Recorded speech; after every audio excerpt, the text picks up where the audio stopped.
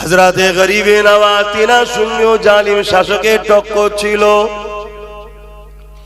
এ নওজওয়ানেরা, গরিবে নওয়াজকে বহু দিক দিয়ে রুকার চেষ্টা হয়েছিল, হিন্দুস্তানে আসতে দেবে না, কিন্তু গরিবে নওয়াজকে কোনোভাবে রুখতে পারলো না।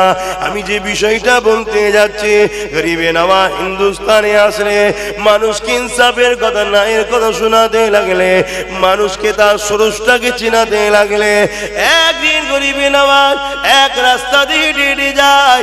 ওই রাস্তা ধারে দেখতে লেগেছে এমন করে কিছু মানুষ আগুনের উপাসনা করতে লেগেছে, যাদেরকে মজুসি বলা হয়। হযরত গরিবে নওয়াজ তাদেরকে জিজ্ঞাসা করতে লেগেছে, তোমরা কি করতেছো এখানে?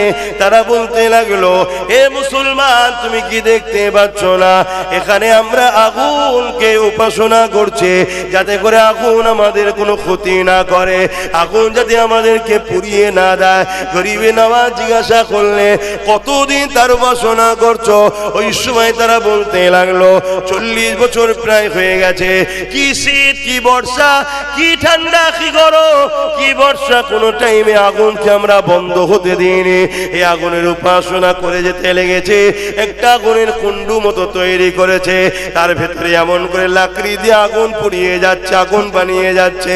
ওই সময় গরিবে নওয়াজ বললে, এতদিন যার উপাসনা করেছো নিশ্চয়ই তার সঙ্গে তোমার মহব্বত হয়ে গেছে, তাহলে একবার কে আছো একটু হাত দিয়ে দেখাও, আগুন তোমাকে পুরাই কি পুরাই না দেখবো।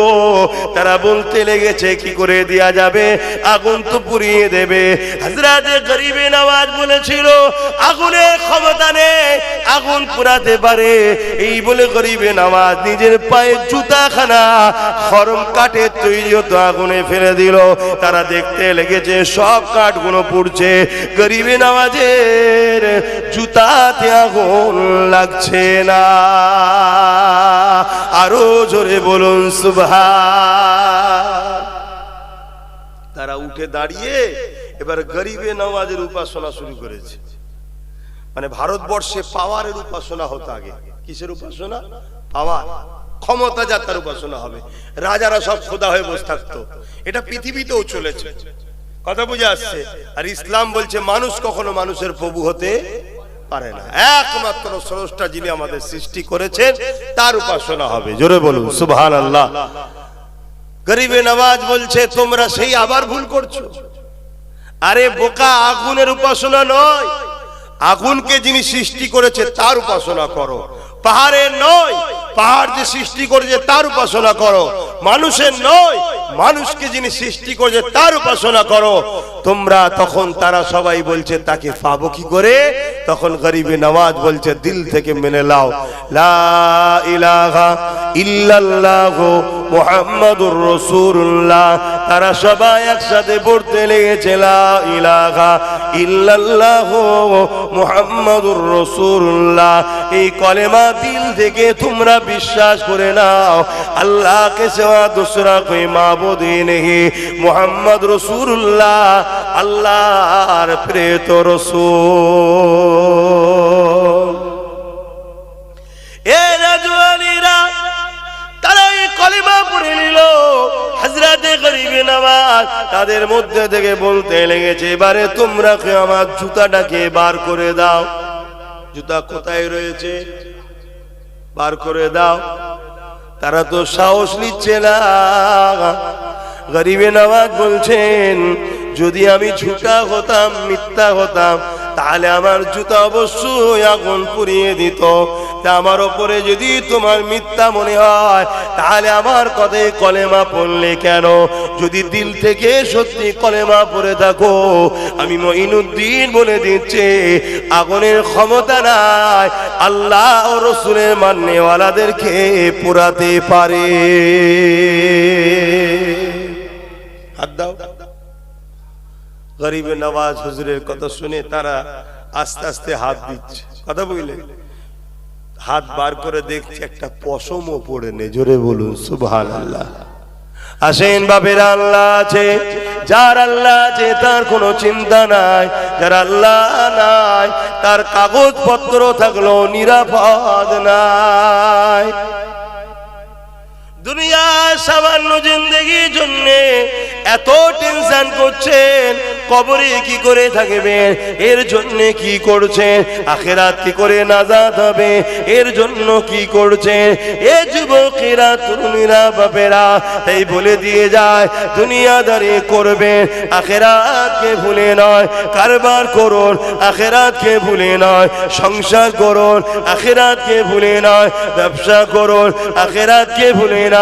দুনিয়াদারিতে রাজনীতি করুন, আখিরাতকে ভুলে নয়। এ যুবকেরা, তরুণেরা, মানুষ যখন হয়ে দুনিয়ায় এসেছি, রাজনীতি তো করতেও হবে, হবে না বলে। কিন্তু ওই লোকগুলোকে দেখে সব থেকে বেশি হাসি পায়, যারা কত মিথ্যা কথা বলে, যারা শুধু বলে আমরা রাজনীতি করি না। আরে কি কথা, রাজনীতি তো করে না জীবজন্তুরা আর ফেরেশতারা, যে ভোট দেয় সেই একটা রাজনীতি। এবার রাজনীতির অনেক কোয়ালিটি আছে, একটা নিজে কর্মী হয়ে দলের হয়ে খাটাখাটনি, হয়তো ওটাও আমরা করি না বলতে পারি, কিন্তু রাজনীতি করি না কথা বলা তো মিথ্যা কথা। কথা বুঝা, যে ভোট দেয় সেই রাজনীতি করে। কথা বাতায় শুনছো তো নাকি? দুনিয়াদারিতে করতে হবে, নিষেধ নয়। আপনার একটা ভোটে যদি একটা ভালো লোক জেতে, আর সেই লোক যদি এতিম গরিব অসহায় মানুষের পাশে দাঁড়ায়, এর জন্য আপনি নেকি পাবেন। জোরে বলুন সুবহানাল্লাহ। আর আপনার ভোটে যদি অপর দিকে একটা চোর, বদমাইশ, খুনি, লুটেরা, ডাকাত, শয়তান জেতে, সে যত পাপ করবে সব শাস্তির ভাগ আপনার ঘাড়ে পড়বে। কথা বুঝে আসছে? এ না জওয়ানেরা, তরুণেরা, আল্লাহ নবী, নূহ নবী, দয়া নবী রাজনীতি কিভাবে করতে হয় নবী আমার শিখিয়েছে। মদিনার জমিনে গিয়ে মদিনাতে রাষ্ট্র কায়েম করলেন। মদিনার গভর্নর রাসূলুল্লাহ মদিনার রাষ্ট্র কায়েম করে মদিনার প্রেসিডেন্ট রাসূলুল্লাহ করে, কিন্তু নিজে থেকে হয়নি গো। আল্লাহ নবী মদিনার সমস্ত গোত্রকে ডেকেছে। সেখানে 70% কাছাকাছি ইহুদি সমাজের মানুষ তখন মদিনায় বসবাস করত। অগ্নি উপাসকেরা ছিল, বিভিন্ন রকম ধর্মের মানুষেরা ছিল। আল্লাহ নবী সবাইকে ডাক দিলে, ডেকে তাদেরকে বলতে লাগলে, বাবারা রাষ্ট্র কায়েম করতে হবে। রাষ্ট্র থেকে কোনো যদি অন্য রাষ্ট্রের কাছে কোনো খবর যায়, এর গুরুত্ব বাড়বে বাবা। রাষ্ট্র যদি না থাকে তাহলে গুরুত্ব তোমাদের থাকবে না। আল্লাহ নবীর এই কথাতে মদিনার মানুষেরা বড় উৎফুল্ল হলো, রাসূলুল্লাহর কথাকে অ্যাকসেপ্ট করলো। কিন্তু তারা বলতে লাগলো, আমাদের রাষ্ট্রের প্রধান কে হবে? আমরা, রাসূলুল্লাহ বললেন, তোমাদের মধ্যে থেকে তোমরা সিলেক্টেড করো। তারা সবাই বলে উঠলো, আপনাকে ছাড়া অন্য কাউকে করলে আমরা মানব না। আপনি যদি আমাদের রাষ্ট্রের প্রধান হয় তবে আমরা মেনে নেব। নবী 10 বছর রাষ্ট্রের প্রধান হয়ে কিভাবে রাজনীতি করতে হয়, কিভাবে দেশ চালাতে হয়, দেশের বর্ডারের সিকিউরিটি, যে বর্ডার ফোর্স, সব নবী তৈরি করা। শুনছেন তো? আর আমার ইমাম সাহেব ভাইরা, উলামা ভাইরা, এখন আমরা কোথায় চলে গেছি? ভুল করেছি, আমরা ভুল করেছি, ভেবে দেখবেন চিন্তা করে। আর আমাদের সমাজের মধ্যে এই চিন্তা ঢুকে গেছে, মৌলী সাহেব, ইমাম সাহেব মানে নামাজ পড়াবে আর মুরগি জবাই করবে, ওর আর কোনো কাজ নেই। আর হুজুর মানে এসে নামাজ রোজার কথা বলবে, অন্যায়ের বিরুদ্ধে বলবে না, আর পানির বোতল থাকবে শুধু ফু দেবে। এটা হলো হুজুরদের কাজ। এই কথা শুনছেন তো নাকি? এটা মেন্টালিটি তৈরি করা হয়েছে। অথচ ইসলামের ইতিহাস বলছে হযরত আবু বকর সিদ্দিক, হযরত উমর ফারুক, হযরত উসমান গনি, হযরত মাওলা আলী, এভাবে যুগ যুগ ধরে পৃথিবী চালিয়েছে, অর্ধেক পৃথিবী চালিয়েছে, আবার মসজিদের ইমামও হয়েছে। জোরে বলুন সুবহানাল্লাহ। আমাদের মসজিদের ইমামগুলো মসজিদের ইমাম হবে, আর ওই মহল্লার কেন সে লিডার হতে পারবে না? বল, আমাদের নজরে ইমামের থেকে গ্রামে ভালো কেউ আছে? তাহলে কেন সে হতে পারবে না? না, আমাদের মেন্টালিটি থেকে বার করে দেওয়া হয়েছে, বার করে দেওয়া হয়েছে। অপর দিকে দেখো, অপর দিকে দেখো, সব ধর্মের নেতারা আস্তে আস্তে সব যে যার জায়গা দখল করছে। যে যার জায়গা গুছোচ্ছে, যে যার উঠছে, আর শুধু মুসলমানের মধ্যে গুতোগুতি হচ্ছে। হুজুরের ছেলে সব বলবে কেন, হুজুরের ছেলে কোনো বলবে কেন? শুধু আমাদের মধ্যে ক্যান্সারটা ঢুকিয়ে দিয়েছে, বাকি সব দেখো হচ্ছে। আমার রাজ্যের সিএম দেখো দীঘায় মন্দির বানিয়ে দিল, আবার বলছে অনেক কটা মন্দির করব, বলছে না বলেন? দেখো যে যার গুছিয়ে নিচ্ছে। আর আমাদের মধ্যে কি হচ্ছে? এই সব বলবে কেন, হুজুরের ছেলে এসছে না আমাদের কথা বলবে। মানে কি ঘোল খাইয়ে দিয়েছে, বুঝতে পেরেছো? মানে এদের হাতে যেন কোনো ক্ষমতা না থাকে, থাকলে এদেরকে শেষ করা যাবে না। কিন্তু আমার কওমই যখন বোঝে না, আমার কওমকেই যখন বুঝার, কওমই যখন আমাকে গালি দেয়, তাহলে কওমের কি ভালো হবে বলো? যাক, এরপরও বুঝানোতে দেরি হলো। লক্ষ লক্ষ মানুষ জেগেছে না জাগেনি? আল্লাহকে সাক্ষী রেখে হাত তুলে বলুন, জেগেছে না জাগেনি? হ্যাঁ, জেগেছে। লাখ লাখ ছেলে মেয়েরা জাগছে, বিশেষ করে নতুন প্রজন্ম তো 100-র মধ্যে 95টা জেগে গেছে।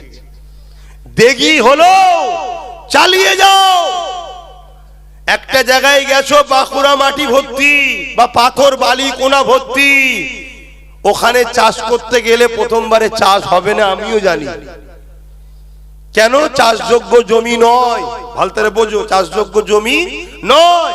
কিন্তু হাল ছেড়ে দিলে হবে না, চাষ চালাও, ফসল হবে না, চাষ হবে না, দ্বিতীয়বার আবার করো, চাষ হবে না, ফসল হবে না, তৃতীয়বার আবার করো। আস্তে আস্তে আস্তে আস্তে একদিন কিন্তু জমিনটা চাষযোগ্য হয়ে যাবে। সেদিন তোমার বাচ্চা কোনো বুঝা বুঝা গোলা ধান ভর্তি করবে। অতএব আব্বাস সিদ্দিকী সেই চেষ্টাটা করছে। আজ নয় কাল, কাল নয় পরশু, চেষ্টা করে চালিয়ে দিয়েছি। চাষযোগ্য জমি শুরু করেছি, হয়তো ফসল একটা হয়েছে, আল্লাহ চাইলে আগামী দিন আরো হবে। একটা দিন দেখা যাবে তোমার আমার বেটারা গোলা ভর্তি করে ফকি বলে ফসল কেটে এনে জড়ো করছে। সেদিন বুঝবে যে আব্বাস সিদ্দিকী কি করেছিল। আজ থেকে যদি কেউ 20-30 বছর আগে এই কাজটা করে দিত, বলো বলো, এই পশ্চিম বাংলায় কেউ কখনো আমাদেরকে বাদ দিয়ে সরকারে আসতে পারবে? জোরে বলো। তাহলে কেউ যদি মুখ্যমন্ত্রী হয়, আমাদের থেকে উপমুখ্যমন্ত্রী কেন করবে না? কেউ যদি মুখ্যমন্ত্রী হয়, স্বরাষ্ট্রমন্ত্রী আমাদের করবে না কেন? এক কথা ভুল বলছি নাকি? এই আমার কথা বুঝছেন তো? যদি আজ থেকে 20 বছর আগে কেউ এই চাষ শুরু করতো না, করতে ওদের ঘাড় কে হতো, ওদেরকে ঘাড় কে হতো। সেই লাইনেই কিন্তু আব্বাস সিদ্দিকী তোমাদের নিয়ে যাচ্ছে। ভুল করছি? কিন্তু আমি নয়, আমি আমার এই লাইনেই আছি। বাবারা বাবারাই করবো, চিন্তার কোনো কারণ নেই। কেন আমি এই লাইনে নেমে গেছি ভাই? কিন্তু আমার ভাইটাকে দিয়েছি, তুই যা ওইদিকে থাক, তুই দিক কাজ কর। মুসলিম, হিন্দু, দলিত, আদিবাসী, শিখ, পাঞ্জাবি, খ্রিস্টান, মোতাদ, মতুয়া দেখবি না, গরিবের পাশে দাঁড়াবি। আজকে যদি এই যে চেয়ারে বসে আছে আমার মুরব্বী বাপ বসে আছে, খুব ভালো করে শুনবেন। এই যে চেয়ারে বসে আছে, চেয়ারের কটা পায়া? 4টে। যদি একটা আমাদের হতো, তাহলে মুরব্বী বসে বলতে পারতো দিল্লি চল যা। মনে পড়ছে না? পড়েনি? কেন্দ্র সরকার আমাদের বন্ধু না দুশ্মন? জোরে বলেন, জোরে বলেন, জোরে বলেন। কেন দুশ্মন? আমরা সব চিনি। সে ওয়াকাফ কালা কানুন করেছে। একটু ওয়াকাফলে বলবো, ওয়াকাফ কালা কানুন করেছে। আজকে আমার অনেক ভাইরা মনে করছে আমাদের তো মাদ্রাসা রিসেন্ট, আরে প্রথম পুরাতন ভাঙবে তারপরে তোকে ধরবে, এটা তো নিয়ম। মীর জাফর প্রথমে সিরাজউদ্দৌলাকে, মীর জাফরকে দিয়ে ব্রিটিশরা মারালো। মীর জাফরকে দিয়ে সিরাজউদ্দৌলাকে মারালো। কেন? সিরাজউদ্দৌলাকে মারার ক্ষমতা ব্রিটিশদের ছিল না। যখন ব্রিটিশরা দেখলো মীর জাফর সিরাজউদ্দৌলাকে মেরে দিয়েছে, তখন ব্রিটিশরা বলছে তুই যদি তোর জাত ভাইকে মারতে পারিস, আমাদের কি করবি খুব ভালোভাবেই জানি। কামানের সামনে দাঁড়া, উড়িয়ে দিল।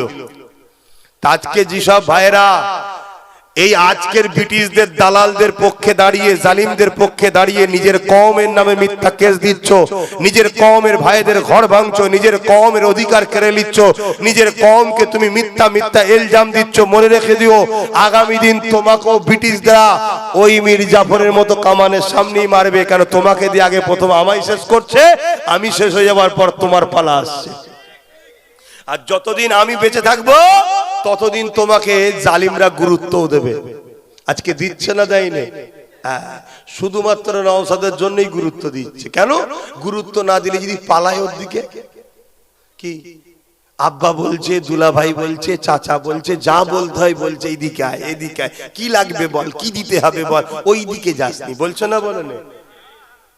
আর না থাকলে গুরুত্ব দিত যে এদের যাওয়ার কোনো উপায় নেই, আমি ছাড়া যাবে কোথা। কথা বুঝে আসছে? এজন্য সর্বসময় নিজেদের হাতে রাখতে হয়। তো যাক, আমি যেটা বলতে চাইছি, কেন্দ্র সরকার আমাদের দুশ্মন, এটা আমরা সবাই জানি। কেউ বাকি আছে নাকি জানতে? কেউ বাকি নেই, সবাই জানি। কেন? ও প্রকাশ্য। কিন্তু ইতিহাস বলছে প্রকাশ্য দুশ্মনরা আমাদের ক্ষতি কোনোদিন করতে পারেনি। আমাদের ক্ষতি করেছে পিছন থেকে যারা আঘাত করে, বন্ধু সেজে দুশ্মন। এবার আমি একটু জানতে চাইছি, আমাদের রাজ্য সরকার আমাদের বন্ধু না দুশ্মন? রাজ্য সরকার আমাদের বন্ধু হয় না? ঈদগাতে যায়, কলকাতার রেড রোডে যাই দেখেন না, ঘুমটা দিয়ে মসজিদে যাই দেখেন না, ইফতার খাই দেখেন না, 10,000 মাদ্রাসা দিয়েছে তো, ফুরফুরাই রেল করে দিয়েছে তো, উন্নয়ন পর্যটক সব হয়ে গেছে তো, ডবল ডবল চাকরি হয়ে গেছে তো, কুকুরের বাচ্চাকে মিড ডে মিল না খাইয়ে মাদ্রাসার বাচ্চাকে তো খাওয়াচ্ছে। এটা বন্ধু না দুশ্মন?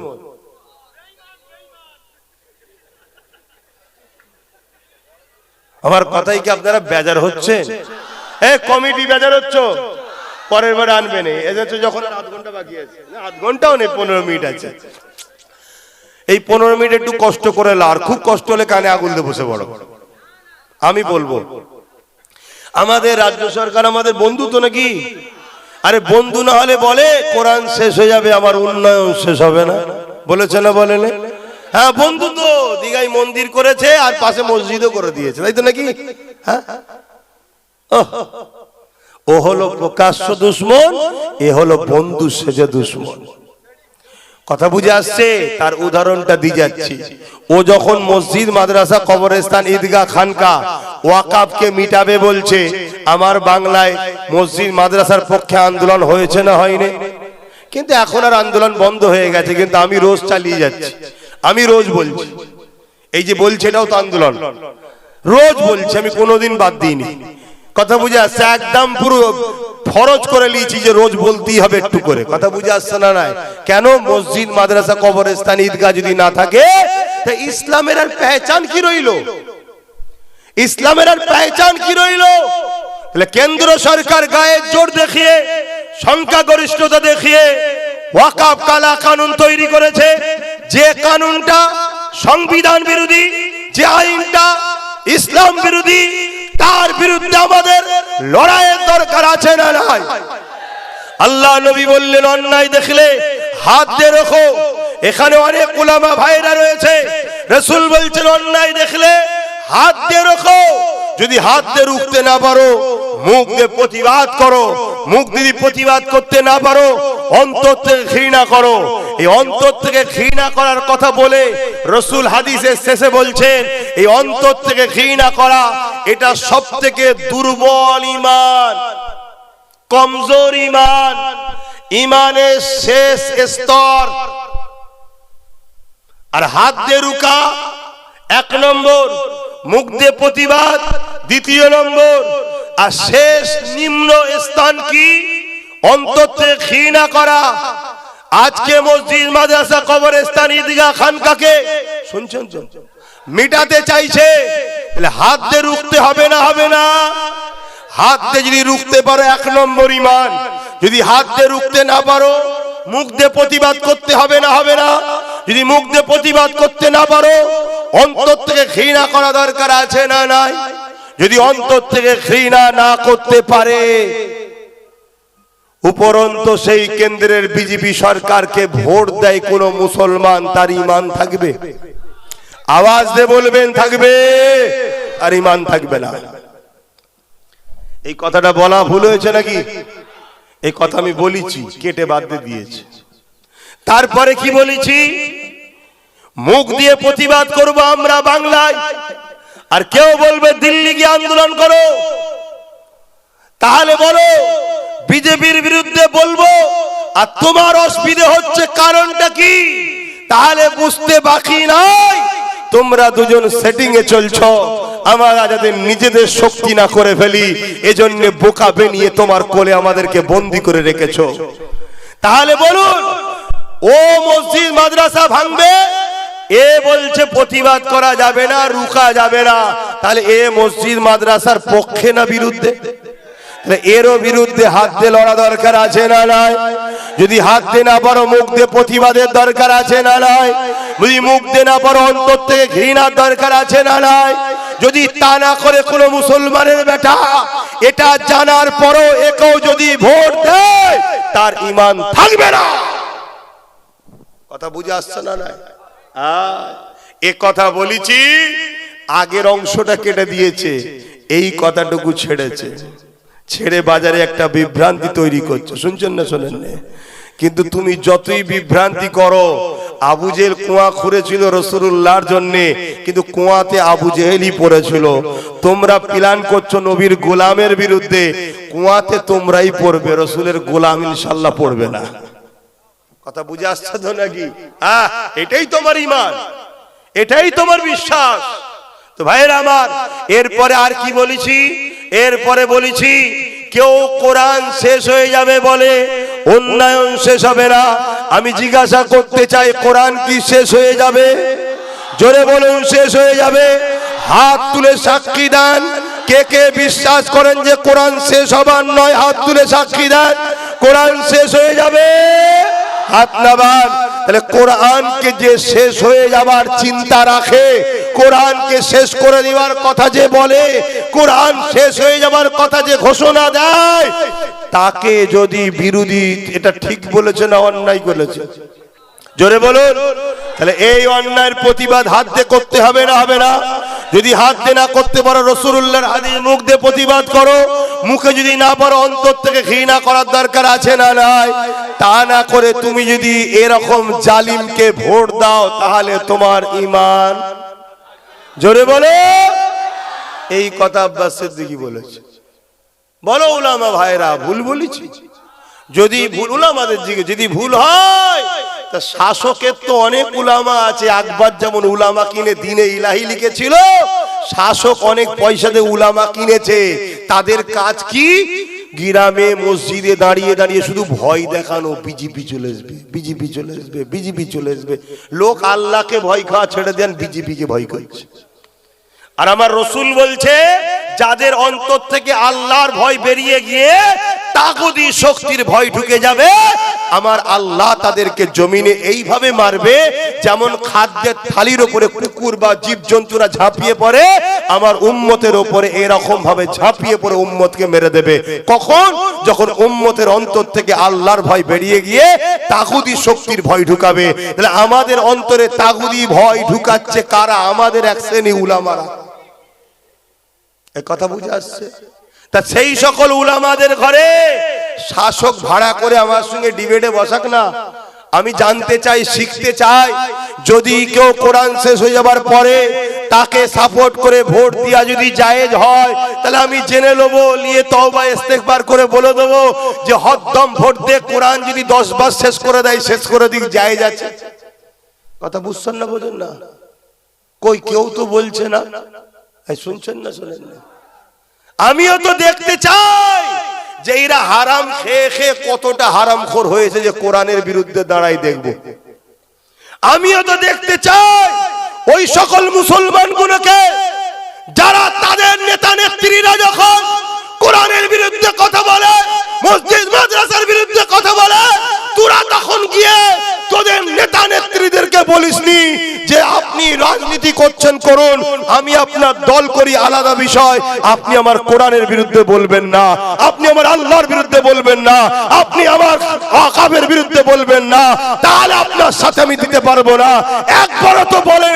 আমি দেখতে চাই ওই সকল উলামা, ওই সকল মুসলমান যারা আমাকে রুখে আমার বিরোধী করে, তাকে আমি দেখতে চাইছি।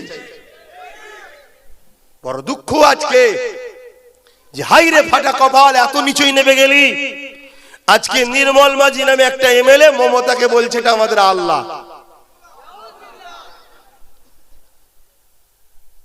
এতে আপনারা খুশি হয়েছেন নাকি? কিন্তু মমতা মনে মনে খুশি হয়েছে যে ফেরাউনের দিকে আমি যাচ্ছি। ডাইরেক্ট আমি দাবি না করলেও আমাকে তো কেউ দাবি করিয়েছে, সমাজ কি বলছে দেখি। এটাতে এমনও হতে পারে ও শিকানতি বলবি, আর না হয় ওর তো বলা দরকার ছিল মমতার কি, এই নির্মল মাঝি তুই সব কথা বলছিস কেন? মুসলমানরাই তো ভোট দিয়ে আমায় জিতিয়ে রেখেছে, হ্যাঁ? এরা কারো দিকে যায় না, আমার দিকে সব এসেছে। এরা নবী বংশের আওলাদ, এদের পীরের আওলাদকে গাল দিয়েছে, আর করেছে, ঝগড়া করেছে, আমাকে ছাড়েনি তারপরও। আর এই মুসলমানরা আল্লাহকে কত ভালোবাসে, তাদের রব, আর তুই আমাকে আল্লাহ বলে দিলি, মুসলমানদের ভাবাবেগে আঘাত দিলি কেন? এরম কোনো বলেছে? ও মনে মনে চাইছে ঠিকই আছে, আর এই মৌলী সাহেব গুলোকে বেঁচে নিচ্ছে যে দেখি আমার পালতু গুলো আমার বিরুদ্ধে বলে কিনা।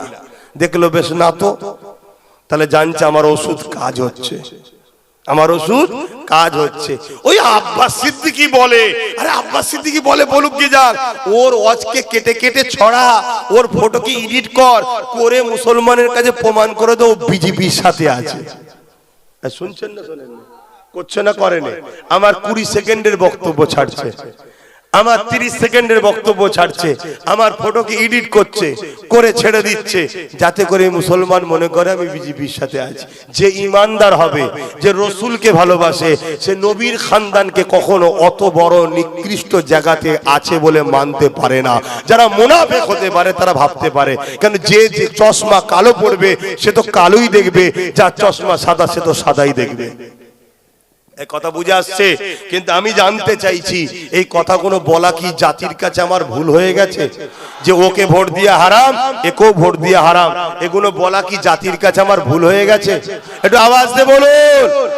এরপরে আরো একটা কথা বলবো, বলেছি যদি কারো মনে হয় যে ভাইজান সবই ঠিক আছে, বাবাজি ঠিক আছে, আব্বাস সিদ্দিকী ঠিক আছে, কিন্তু কি হবে, বিজেপি চলে আসবে, তা যদি মনে হয় তোরা সবাই মিলে গিয়ে বল না যে এটা বলেছেন আপনি ক্ষমা চেয়ে এলেন। শুনছেন তো? মমতাকে বল ক্ষমা চেয়ে নিতে। আচ্ছা ক্ষমা চেয়ে নিলে আমি আর বলতে পারবো? আমি আর বলবো না, এসে তখন শুধু ওর বিরুদ্ধেই বলবো। এক কথা বুঝছেন না? বোঝেন না? এ যদি ক্ষমা প্রকাশ্য না চায়, এরপরও কোন মুসলমান যদি একে ভোট দেয় সে ইমান হারা হয়ে যাবে। আচ্ছা আল্লাহ যদি তোমাকে ভূমিকম্প দিয়ে মেরে দেয়, রোগ দিয়ে মেরে দেয়, বিমার দিয়ে মেরে দেয়, তুমি বাঁচবে কি করে? এক কথা বলছো না? তা তো বাঁচাবার মালিক কে? তাহলে বিজেপিকে ভয় করো কেন? আর এটা তোমার মাথায় নেই? যদি বিজেপিকে রুখতে হয় সব থেকে বেশি রুকা দরকার কাদের? মুসলমানদের। কেন বিজেপি আমাদের মাদ্রাসা ভাঙছে, মমতার কিছু করেনি। বিজেপি আমাদের মসজিদ ভাঙছে, মমতার কিছু করেনি। বিজেপি আমার কওমের ছেলেদেরকে খুন করে মারছে, মবলিমিক্সের নামে বিভিন্ন জায়গায় পিটিয়ে পিটিয়ে মারছে। অবশ্যই বিজেপি আমার কওমের উপরে জুলুম করছে, আমাদেরকে মিটিয়ে দিতে চাইছে। সত্য না মিথ্যা? তাহলে বিজেপিকে রুকার দরকার তো আমাদের। আমরা রুখতে চাই হ্যাঁ কি না? জোরে বলুন রুখতে চাই হ্যাঁ কি না? হাত তুলে বলুন রুখতে চাই হ্যাঁ কি না? 100 বার বিজেপিকে রুখতে আমরা চাই, রুখতে হবে, রুকা দরকার। কিন্তু দুঃখের সাথে বলতে হয় রুখবো আমরা, তোমায় দায়িত্ব দেবো কেন? আর এরপরও যদি মনে করো যে না আমাকে দে, ঠিক আছে তোমাকে দেবো, কিন্তু তোমাকে একা দেবো কেন? একসাথে করলে হয় না? এক কথা বুঝছেন না? বোঝেন? আসো সবাই মিলে রুখি। এই কথা বুঝছেন তো নাকি? ওই চেয়ারের একটা পা আমার থাক, একসাথে রুকা দরকার আছে না নাই? আরে কথা বলছে না, আমার কথা শুনছেন? তাহলে একসাথে দরকার তো, হ্যাঁ? বলছেন না, বলছে না ঘরে ডাকাত পড়ে যাবে, পাহারা আমি দেবো। এ শুনছেন তো? ঠিক আছে পাহারাদার দিয়েছেন, পাহারা দিবার পরেও যদি ঘন ঘন ডাকাত পড়ে, ঘন ঘন ডাকাত পড়ে, তাহলে পাহারাদার উপরে সন্দেহ আছে না নাই? জোরে বলেন। তাহলে তখন কি বলতে হবে? তোর যদি 50 জন পাহারা দেয়, তোর সাথে আমারও 5 জন লোক থাকবে। তাহলে আর পাহারা দিতে চোর পড়বে কেন? আমরা দেখছি আপনি পাহারা দিবার নামে যেদিন থেকে দায়িত্ব পেয়েছেন সেদিন থেকে এই রাজ্যে শুধু ডাকাতকে ঢুকাচ্ছেন। কেন? আপনি হলেন চোর, ও হলো ডাকাত, দুজনের সেটিং আছে 30-70-এর। তাহলে এক কাজ করেন, যদি বলেন না তুই ভুল বলছিস, তাহলে একসাথে পাহারা দেওয়া হবে, আমারও কিছু লোক থাকবে পাহারাতে। ঠিক না বে? ঠিক গো? তার বেলায় রাজি নয়। কেন? আমরা যখন ঘুমোবো ইনি তখন দোর খুলে দেবে, যা এবার যা, চুরি করলি আয়। এই হচ্ছে সব পলিসি এদের। ভাবো, আমাদের বাপ মুসলমান, দাদু মুসলমান, দাদি মুসলমান, নানা মুসলমান, নানি মুসলমান, আমাদের কি দশা। আর সে বেচারীরা সবে কলমা পড়েছে, কোন জায়গা পাচ্ছে? শুধু মুসলমান ঘরে জন্ম হলে হয় না বাপ, নিজেকে আল্লাহ রসুলের, আল্লাহর দাস দাসী রসুলের গোলাম বানাতে হয়, তবেই তো এই কামিয়াবিটা হয়। নবীর গোলাম যদি হতে না পারো, কামিয়াবি নাই। গোলাম কখনো তার নবীর দ্বীনের ক্ষতি করতে পারে না। হালকা বয়সে যদি সব কাজ নাও মানতে পারে, কমসে কম দ্বীনের ক্ষতিকারক হতে পারে না। কিন্তু আজ আমার ভাইয়েরা কি করছে? দ্বীনের ক্ষতি করে ফেলছে। এমন এমন লোকের সঙ্গে সঙ্গ দিচ্ছে, সাথ দিচ্ছে, যারা আমাদের সহযোগিতায়, আমাদের সাহায্যে, আমাদের বলে তারা বলিয়ান হচ্ছে, আর হয়ে গিয়ে ওপর থেকে বসে বসে কাঠি লাড়ছে। মুসলমানদের চাকরি, শিক্ষা, স্বাস্থ্য, কর্ম, বেকারত্ব বাড়াচ্ছে। প্রথমে এদেরকে গরিব বানা, তারপরে এদেরকে আবার হারামের খাদ্য দে। প্রথমে গরিব বানা, তারপরে লোন দে, গরিব বানা, তারপরে সহযোগিতা কর। এইভাবে আমাদেরকে আস্তে আস্তে আস্তে শেষ করে ফেলছে। অথচ আমাদের খেয়ালই নাই আমরা কাদের সঙ্গ দিচ্ছি, কাদের সাথ দিচ্ছি। আমার এই কথাই কি অসুবিধা হচ্ছে নাকি আপনাদের? আমি দ্বীনের স্বার্থে বলছি, আমার কোনো ইন্টারেস্ট নেই। আল্লাহর জাত পাকের কসম করে বলছি, বাঁচাবার চেষ্টাই বুঝাচ্ছি না। আমার কি ইন্টারেস্ট আছে? কানা এলো কি চোকালা এলো, ওতে আব্বাস সিদ্দিকীর কি যায় আসে? আল্লাহ শুকর, জবানার মুজাদ্দিদের ঘরে জন্ম হয়েছি, রসুলের খানদানে জন্ম হয়েছি। এই স্টাম্পটা এমন একটা স্টাম্প, পৃথিবীর যে কোনো জায়গাতেই আমরা সাহারা পেয়ে যাব, সমস্যা কিছু কারণ নেই। আর এখানেও যতদিন থাকি আলহামদুলিল্লাহ, কেউ মায়ের বেটা নেই আমাদেরকে কিছু করতে পারবে। কেন? স্বাধীনতার অবদান আমার দাদা হুজুরের রয়েছে। কথা বুঝে আসছে? তাহলে কেন বুঝাচ্ছি? আপনাদের ভাবাচ্ছি। এক তো দুনিয়া যাচ্ছে, এই যে এত লোক বসে আছে, বলুন আপনাদের মধ্যে কটা MA পাস আছে? একটু হাত তুলে বলবেন কটা MA পাস আছে, কটা PhD করেছেন? বলুন। আরবি লাইনে কথা ছাড়েন, জেনারেল লাইনে কথা বলছি। আল্লাহ শুকর, আরবি লাইনে ওটা তো আমার ধর্মীয় জ্ঞান শিখতেই হবে, কি দুনিয়াদারিতে বাঁচতে গেলেও শিক্ষার দরকার আছে না নাই? বলুন, আপনাদের জানা শোনা কারো কোনো কুটুমের মধ্যে জজ আছে কি? বলুন, আপনাদের কারো কোনো আত্মীয়ের মধ্যে জজ আছে? IAS অফিসার আছে, WBC অফিসার আছে, DM আছে, DM। আপনাদের আত্মীয়ের মধ্যে কারো কোনো মন্ত্রী আছে? মন্ত্রী তো কি আছে আপনাদের? কিন্তু মুসলিম পাড়ায় খোঁজলাও গুন্ডা অনেক রয়েছে। ভাষাটা কি খারাপ লাগলো? আবার আপনাদের এলাকার কোন মিডিয়া দেখবেন এইটাকে গিয়ে কাটিং করে ছড়াবে। আপনাদের এই এলাকায় তো অনেক দিন ধরেই আমার পিছনে কাটিং চলছে না? আবার কেউ হয়তো কাটিং করে ছড়াবে, দেখো মুসলমান ঘরে আব্বাস সিদ্দিকী গুন্ডা বলছে। না, ওটা ভুল বুঝছেন আপনি। আপনাদের ঘরে প্ল্যান মাফিক বানানো হয়েছে, আপনাদের থেকে শিক্ষা কেড়ে নিয়েছে, আপনাদের থেকে সবকিছু কেড়ে নিয়ে আপনাদের ঘরে আজকে জালিম নেতারা তাদের দলের ক্যাডার গুন্ডা বানিয়েছে। কথা কি খারাপ লাগছে? কিন্তু মনে রাখবেন, আজকে 200, 500, 1000 পাচ্ছেন, তার জন্য হয়তো করছেন, কিন্তু আপনার ছেলে হবে গুন্ডার ছেলে। একদিন এই এলাকাগুলো রেড জোন হচ্ছে, মুসলিম এলাকাগুলো রেড জোন হচ্ছে। গুগলে গিয়ে সার্চ করে দেখবেন, মুসলিম এলাকায় ক্রাইম বেশি, মুসলিম এলাকায় নেশা বেশি, মুসলিম এলাকায় অত্যাচার বেশি। এসব গুগলে সব ডাউনলোড হচ্ছে। কারা করছে? যারা আপনাদের ঘরে গরিব বানায়, গুন্ডা বানায়, নেশাখোর বানায়, তারাই ডাউনলোড করছে। করে এটা পৃথিবীকে দেখানো হচ্ছে। একদিন জাতীয় সংঘ তার কাছে খবর যাবে, কাল যখন আপনাদের ঘরে স্প্রে করবে, AK-47 দিয়ে মারবে বা বিভিন্ন জায়গায় আপনাদেরকে শেষ করবে, তখন জাতীয় সংঘের কাছে এরা বলবে, দেখুন রিপোর্ট, ওরা সমাজ বিরোধী, ওরা ভালো লোক নয়, এজন্য মেরে দেওয়া হচ্ছে। তখন আপনাদের পাশে পৃথিবীর আর কেউ দাঁড়াবে না। যে কোনো জিনিস একদিনে হয় না, এই প্ল্যান অনেক দিন থেকে চলছে। তাই আব্বাস সিদ্দিক আপনাদের একটু বুঝাতে চাইছে, কারো হয়ে মারপিট করো না, কারো হয়ে খুন করো না, কারো হয়ে দলবাজি করো না। সামান্য পয়সার জন্যে তুমি তোমার বাচ্চার শুধু ভবিষ্যৎ করছো না, তোমার দিনের গায়েও দাগ লাগাচ্ছ। এই যে আজকে বলে গেল তোমাদের 24 পরগনার ভাটপাড়ার মাতালটা জালিম কি বললো, ইসলাম নাকি রেপ করা পাপ নয় বলছে। কি করে বলছে কথাটা? এসব পরিকল্পনা তৈরি হচ্ছে তোমাদেরকে মিটিয়ে দিবার, নির্মূল করে দেবে। তোমরা ভাবছো আমরা ছেড়ে দেবো নাকি? কি করতে পারবে বলো তো? কি করবে তোমরা? কে আছে তোমাদের পাশে বলো?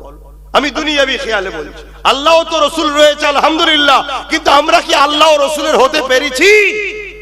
আল্লাহ রসুল মদ বন্ধ করেছে, আল্লাহ রসুল রেপ বন্ধ করেছে, আল্লাহ রসুল খুন বন্ধ করেছে, আল্লাহ রসুল জুলুম বন্ধ করেছে। আমরাই তো মদকে প্রতিষ্ঠিত করছি, আমরাই তো খুন জুলুম অত্যাচারকে সমাজে প্রতিষ্ঠিত আমরাই তো করছি। তাহলে আমাদের সাথ দেবে কেন বল? ভুল বুঝিনি আমার সোনার ভাইরা। তোমাদের এলাকায় কিছু কিছু মিডিয়া আছে আমার আজকে কেটে কেটে কেটে কেটে কি ব্যঙ্গ করে, টোল করে, হাসে, খিলখিল করে হাসে। আমি আল্লাহ আছে, তুই হাসতে হাসতেই যাবি বাবা, আল্লাহ তোকে হাসতে হাসতেই নিয়ে যা। হাই রে হাই রে হাই রে হাই রে, একবারও ভাবছিস না যে কোথায় যাচ্ছে, আমাদেরকে কোথায় নিয়ে যাচ্ছে? যদি আমাদের দরদি হয় তাহলে আমাদের ছেলেদেরকে খাতা পেন দিয়ে শিক্ষিত করত, আমাদের ছেলেদেরকে চাকরি দিত। প্রত্যেকটা সরকারি দপ্তরে দেখুন তো আমাদের কেউ আছে এই কথা বলে? সব জায়গায় দেখুন ইন্টেলিজেন্ট ডিপার্টমেন্ট সব দখল করে বসে আছে, আমাদের কেউ নেই। আমরা কি করব? আপনারা হয়তো কেউ ভাবছেন আমাদের জন্য দাদা দিদি আছে। হ্যাঁ বলেছিল তো এসআইআর হতে দেবো না আমি বেঁচে থাকতে। এসআইআর হচ্ছে তো? উনি বেঁচে আছে না মরে গেছে? ওনার মুখে এখন কোনো কথা আছে যে চিন্তা করোনি এসআইআর হবে না? এখন কি বলছে? এখন বলছে সবার ফর্ম ফিল আপ না হলে আমি করব না। তার মানে আগে সবাই কর, আবার ক্যাম্প তৈরি করে করে এসআইআর করাচ্ছে। তাহলে কথা কিছু বুঝে আসছে মাথায়? কেউ আমাদের নাই, কেউ আমাদের নাই। যেন এসআইআর কথাটা এসে গেল, আমি আপনাদেরকে দুটোই কথা বিষয় বলে দিই। আমারও জানা ছিল না, অ্যাকচুয়ালি এই প্রথম এসআইআর হচ্ছে, এর আগে কখনো এসআইআর হয়নি। এই যে 8 বা 9 এর আগে হয়েছে, ওটা এসআইআর নয় আইআর হয়েছে। এসআইআরটাই প্রথম হচ্ছে। আর এসআইআরটা কত ভয়ঙ্কর এটা আরো বুঝলাম বিহারে ভোটের পরে। কথা বুঝে আসছে? পুরো ঘোটালা হয়েছে, পুরো ঘোটালা। খারাপ লিখছেন না তো কথা বলছি বলে? কিন্তু আপনার উপায় কি আছে বলুন? ফর্ম ফিল আপ না করলেও তো উপায় নেই বলুন। এমনও তো হতে পারে যারা ফর্ম ফিল আপ করবে না 10 বছর পর তারা ফেসে যাবে। একটা কিছু আইন হবে যে ওই দিনে যারা ফর্ম ফিল আপ করেছিল তারাই থাকবে, বাকিরা থাকবে না। আবার কি করবেন তাহলে? তাহলে ফর্ম ফিল আপ করতেই হবে না চা, আর না করে উপায়ও নেই। আর করে যে আবার কি হচ্ছে আল্লাহই জানে। এখন তো প্লেন জিনিস নিয়ে চলে এসছে, একদম সিম্পল জিনিস। দেখুন এটা আমার ফিল আপ করে পকেটে করলে ঘুরছি, জমা এখন দিইনি, আমি হালচাল আরো দেখছি। কেন? যে কোনো কাজে তাড়াহুড়ো করতে নেই। তাড়াহুড়ো কাজ রহমানি নয়, তাড়াহুড়ো কাজ শয়তানি। স্লো পথে চলতে হয়। টাইম তো দিয়েছে অনেক, কথা বুঝে আসছে না? নাই, কিন্তু আমি ফিল আপ করে নিয়ে পকেটে করলে ঘুরছি যে আল্লাহ কি হবে। হ্যাঁ, তবে এতটুকু বলবো, ওই লোকগুলো ভালো নয় যারা টেনশনের চোটে মরে যাচ্ছে। এত টেনশন কিসের? হ্যাঁ, এত টেনশন কিসের? কে মায়ের বেটা আছে আপনাকে ভারত থেকে বাদ দেবে? আরে কত প্রধানমন্ত্রী এসেছে মরে চলে গেছে, কত স্বরাষ্ট্রমন্ত্রী এসেছে সব শেষ হয়ে গেছে, কি বলে পদ থেকে চলে গেছে। ঠিক না বেটি? তুমি আমি জনগণ ছিলাম, আছো, থাকবো। এ দেশকে স্বাধীন আমরা করেছি। তুমি ওখানে বসে বসে কালকাটি মেয়ে দিয়ে থাকবো, যাবে? হয়ে গেল নাকি? আবার এই আমার বাংলায় পূর্ব মেদিনীপুরে ওই কমনাল, আগে ইফতার খেতে এখন আর খাই না, দিন রাত ধরে বলছে 1.5 কোটি রোহিঙ্গা পাঠিয়ে দেবো, অমুক পাঠিয়ে দেবো। এটা বলানো হচ্ছে। কে বলাচ্ছে? যাকে ও রোহিঙ্গার ফুপু বলে। রোহিঙ্গাদের ফুপু কাকে বলে? সে বলছে বল, আরো বেশি করে বল, আমার পুলিশ তোকে পাহারা দেবে, 100 জায়গায় 200 পুলিশ দেবো, কেউ তোকে কিছু করতে পারবে না, তুই যত ভয় দেখাবি মুসলমান তত আমার কোলে আসবে। এসব চলছে সেটিং। আমি যেটা বলতে চাইছি, আপনারা একটু চোখ কান খুলে রাখবেন, ফর্ম ফিল আপ করবেন, জাননেওয়ালা লোক দিয়ে করবেন। এখন তো দেখছি শুক্রবারে আবার আমার বাড়িতে গিয়ে দরবারে গিয়ে ফর্ম ফিল আপ করছে, বলছে আমাদের করে দেন। অন্য অন্য দিন অফিসে চলে এসছে, এই জন্য আমার অফিসের সামনে আমি ক্যাম্প করে দিয়েছি। কথা বুঝে আসছে যে প্রতি শুক্রবার দিন চলবে, যারা আসবে করে দেওয়া হবে। কারণ অনেক লোক একটু হলেও তো টেনশন হয় যে কি হচ্ছে না হচ্ছে, ভুল যদি হয়ে যায় বিপদ হয়ে যাবে। আরে কিচ্ছু বিপদ হবে না, কথা বুঝা, শত ঘাবড়াবার কিছু নেই। ঘাবড়ে গিয়ে যদি মরেই গেলাম, তাহলে সে ঘাবড়ানোর থেকে নাম যদি বাদও যায়, লড়াই করে কিছুদিন তো বেঁচে থাকা যাবে। অত ঘাবড়াচ্ছেন কেন? আমাকে ভুল বুঝছেন না তো? আমি চাই আপনার মূল্যবান জিন্দেগিটা কোন জালিমদের টেনশনে যেন মরে না যায়। এটা তো টেনশন দিচ্ছে মানুষকে পেরেশান করার জন্য। আমি আপনি কাগজ খুঁজতে পেরেশান, কিন্তু ওয়াকাফের কথা মনে আছে কারো? এই দেখেন ভুলিয়ে দিয়েছি। এ তো প্ল্যান, একটার পর একটা চাপাচ্ছে, আগেরটা ভুলে যাচ্ছে। তিলক তোমাকে রেপ করলো, তারপরে আবার একটা হলো, তারপরে আবার একটা হলো, তিলক তোমার বোনকে ভুলে গেলাম, তাকে ভুলে গেলাম। এখানে মারলো, আবার একটা হলো, তারপরে তামান্নাকে মারলো, আবার একটা হলো, ভুলে গেলাম। ঠিক তেমনি ওয়াকাফটাকে ভুলাবার জন্য এটা একটা পলিসি হতে পারে না? পারে না? বলুন বলুন। মানুষ তো ওয়াকাফ ভুলেই গেছে, মানুষ শুধু কাগজ নিয়ে ছুটছে, কি হবে কি হবে কি হবে। তারপরে এই যে এসআইআর নিয়ে পেরেশান। আর একটা জিনিস চলছে আমার বাংলায়, খবর আছে কারো কাছে? বাংলায় নতুন ওবিসি বেরিয়েছে, নতুন ওবিসি কোটা যে চালু করেছে, একটাও মুসলিম ছেলে আজ চাকরি আর শিক্ষার জন্য সুযোগ পাবে না। রাজ্য সরকার প্ল্যান করে বার করেছে এমন ভাবে। তাহলে বলুন আমাদের বন্ধু কে? কেউ আছে কি? বলুন কেউ আছে কি? এজন্যই তো আমি আমার কমকে বলতাম যে দেখুন এদের ঘরে নিয়েই চলতে হবে, কিন্তু ছেড়ে রাখিসনি, বেঁধে বুঁধে রাখ, বেঁধে বুঁধে নিয়ে চল। কথা বুঝে আসছে? তাহলে দেখবেন সব ঠিক থাকবে। তো যাই হোক, আমি এসআইআর এতটুকুই বলবো, দুটো ফর্ম দেবে এরকম, জেরক্স করবেন। এটা জেরক্স, অরিজিনাল নয়। আমি অত কাঁচা কাজ করি নাকি অরিজিনালে ঘুরবো, পট করে হারিয়ে গেলে বিপদ হয়ে যাবে তো। এটা জেরক্স, কথা বুঝলেন? তা যদি কাটাকুটি কিছু হয় জেরক্সের উপরে হোক, কমপ্লিট হয়ে যাবার পর সেই ফাইনালটা তখন ওই অরিজিনালের উপরে করবেন। করার পর দুটো থাকবে, দুটোকে কমপ্লিট করলেন। যে বিএলও আসবে তেনাকে বলবে স্টাম্প মারেন, সই করেন। একটা নিজের হাতে নেবেন, তারপর আর একটা দেবেন। দুটো একসাথে দেবেন না, যে একটা স্টাম্প মারেন আর সই করেন, দেন এটাই এবার স্টাম্প মারেন, সই করেন, আপনাকে আমি দিচ্ছি, একটা ফটো তুলে রাখবেন। কোনো কারণে যদি আপনাকে চক্রান্ত করা হয়, আপনার উপরে জুলুম করা হয়, আপনাকে ফাঁসানো হয়, আমি এতটুকু আমার ক্ষমতা অনুযায়ী বলে যাচ্ছি, আল্লাহ একটাই লাঠি দিয়েছে, সেই নওশাদকে নিয়ে আপনার পাশে দাঁড়িয়ে সুপ্রিম কোর্ট পর্যন্ত যদি লড়তে হয় আপনার হয়ে লড়বো। ঘাবড়ে জীবনটাকে নষ্ট করবেন না, এতটুকুই এসে আল্লাহ বলবো, আর কিছু বলবো না। চলে আসেন, আলোচনার দিকে যাচ্ছে, অসুবিধা হচ্ছে? খবরদার মনে রাখবেন, আল্লাহ কোরআনে বলেছে রব্বানা আতিনা ফিদ দুনিয়া, প্রথম দুনিয়ার ভালাইয়ের কথা বলেছে চাইতে, ঠিক তো নাকি? ওয়াফিল আখিরাতি হাসানা, তারপরে আখিরাত, ওয়াকিনা আযাবান্নার, জাহান্নাম থেকে বাঁচার কথা দোয়া চাইতে বলেছে। তা দুনিয়ার ভালাইয়ের কথা ভাবতে হবে না? হবে না? আজকে কথা বলবো। তবে এখানে আপনাদেরকে জানিয়ে দিয়ে যায়, এই এসআইআরে যদি কারো নাম বাদ যায় তাহলে এর জন্য দোষী কে হবে? কথা বলবেন তো? এসআইআরে যদি কারো নাম বাদ যায়, এর জন্য দোষারোপ কাকে করবেন? কথা বলতে পারছে না? তাহলে যারা এই বিষয়টাও জানেন তারা কি করবে? এসআইআরে যদি কারো নাম বাদ যায় তাহলে মনে রাখবেন কেন্দ্র সরকার, রাজ্য সরকার, দুই সরকারই দোষী। কেন? কেন্দ্র সরকার এসআইআর করাচ্ছে আর রাজ্য সরকার এসআইআর এ সম্পূর্ণ সহযোগিতা করে 90,000-এর কাছাকাছি অফিসার দিয়েছে এবং ওই অফিসারদের খরচের জন্য 2,221 কোটি টাকা রাজ্য সরকার খরচ করছে। আর এদিকে বলছে কি এসআর করতে। কথা বুঝে আসছে?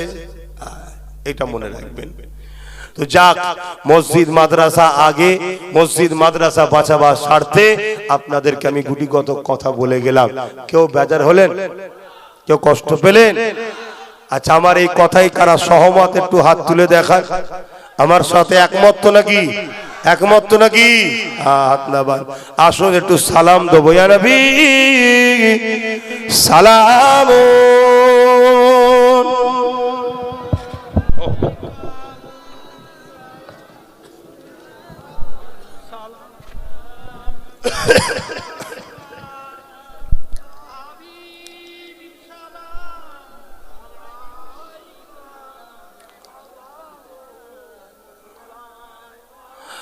طلع البدر علينا من شنيات الوداع وجب الشكر علينا ما دعا لله أهداي يا نبي سلام يا رسول سلام يا حبيب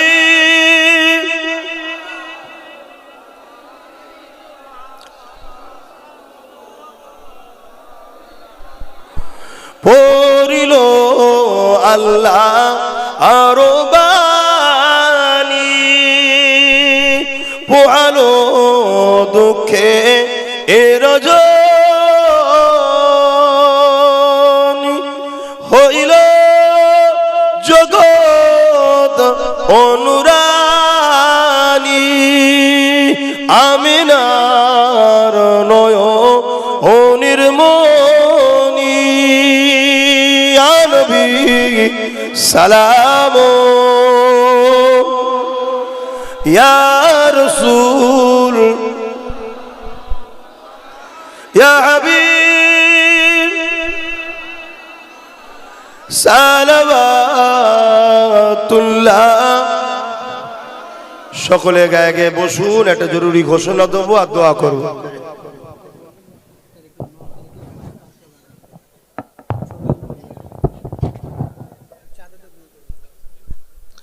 বাপজান আমার একটা জরুরি ঘোষণা। আমি একটা নলেজ সিটি করছি জানেন তো, প্রতি বছর 21 অজ্ঞান প্রোগ্রাম হয়, 2 বছর করতে পারিনি। ওই তারিখটা ফিক্স তারিখ। এবছরে করার একটা প্ল্যান করেছিলাম এবং ঘোষণাও দিয়েছিলাম, কয়েক জায়গায় করার ইরাদা করেছিলাম।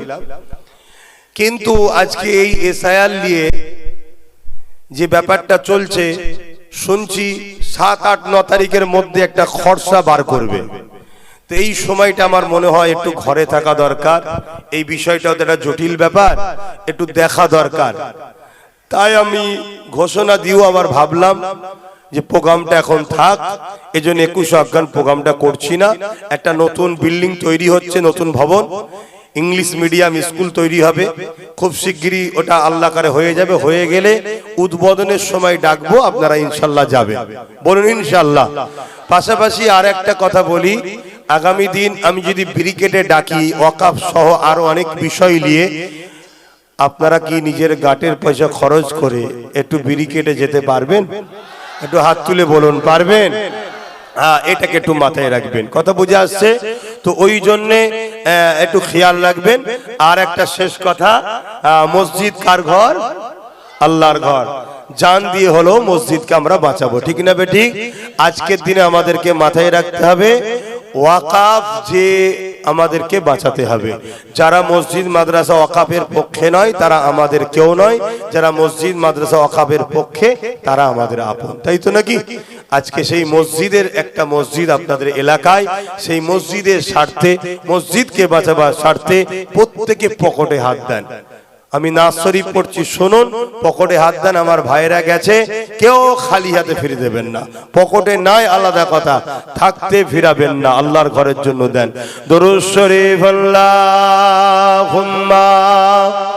সাল্লি আলা, জোরে জোরে পড়ে।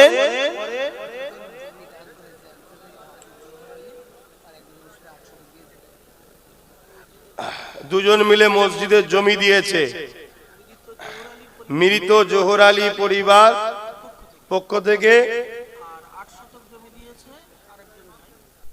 8 শতক দিয়েছে। কে? আর একজন ভাই লেখা আছে, আর একজন নাম দেয় না, 8 শতক দিয়েছে। আল্লাহ কবুল করে, বোন আল্লাহুম্মা আমিন। রাতে ভি মদিনে কি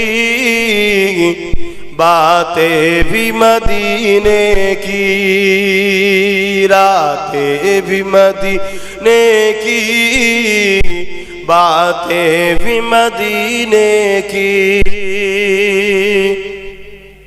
ভাই আমার উপর আপনারা কেউ কষ্ট পেলেন? আচ্ছা বলুন তো, আমি যে অজগুলো করছি আমার দুশ্মন বাড়ছে না কমছে? তাহলে আমি পেটের জন্য যদি জলসা করতে আসতাম, এসব কথা বলা দরকার ছিল?